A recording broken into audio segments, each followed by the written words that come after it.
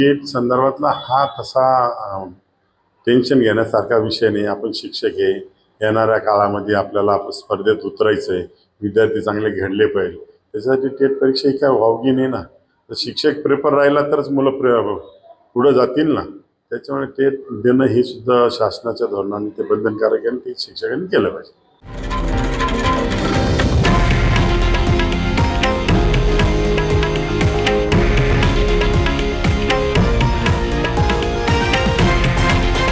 हे आहे देशातील नंबर 1 न्यूज नेटवर्क आणि आपण पाहत आहात TV9 मराठी, एकमेव.